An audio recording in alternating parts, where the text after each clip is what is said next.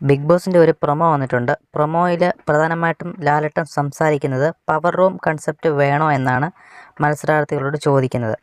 അതിൽ ലാലേട്ടൻ ഉദ്ദേശിക്കുന്ന ഇത്രയേ ഉള്ളൂ, പവർ ടീം വെച്ചിട്ട് ആരും ഗെയിം കളിക്കുന്നില്ല, അല്ലെങ്കിൽ പവർ ടീം വേണ്ട വിധത്തിൽ കൈകാര്യം ചെയ്യുന്നില്ല എന്നാണ് ലാലേട്ടൻ ഉദ്ദേശിക്കുന്നത്. പവർ ടീം നിർത്തലാക്കുമെന്ന് നമുക്കറിയത്തില്ല. പ്രൊമോയിൽ ഇങ്ങനെയാണ് ചോദിക്കുന്നത്. അതിൽ നമ്മുടെ റസ്മിൻ സംസാരിക്കുന്നുണ്ട്, ജാസ്മിൻ സംസാരിക്കുന്നുണ്ട്. ഇവരുടെ എല്ലാം സിജോ, അതുപോലെ ശ്രീരേഖ, ഇവരുടെ എല്ലാം അഭിപ്രായം ഇതിനകത്തിൽ പവർ ടീം വേണ്ട, ഇൻഡിവിജ്വലായിട്ട് ഇന്ന് കളിക്കാൻ പറ്റുന്നില്ലെന്നാണ് ജാസ്മിൻ പറയുന്നത്. ശരിയാണ്, പവർ ടീമിനകത്തിൽ കയറാനുള്ള അടിപിടിയാണ്. പവർ ടീമിൽ കയറിക്കഴിഞ്ഞാൽ ആരും തന്നെ അതിനകത്തിൽ ശരിയായിട്ടുള്ള ഗെയിം കളിക്കുന്നില്ല. പവർ ടീമിൽ കയറിക്കഴിഞ്ഞാൽ സേഫാണല്ലോ.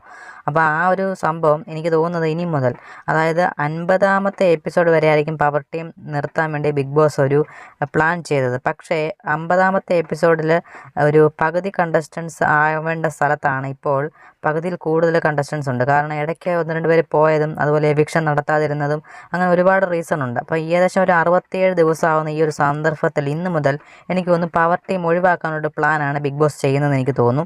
എന്തായാലും ഇന്ന് മുതൽ പവർ ടീം ഒഴിവാക്കുമോ ഇല്ലയോ എന്ന് ലാലേട്ടൻ കൺഫേം പറയുന്നില്ല. എന്തായാലും ഈ പ്രൊമോയിൽ ഇത്രമാത്രമാണ് പറയുന്നത്. എന്തായാലും നിങ്ങളുടെ അഭിപ്രായങ്ങൾ പവർ ടീമുമായി ബന്ധപ്പെട്ട കാര്യങ്ങൾ കമൻറ്റ്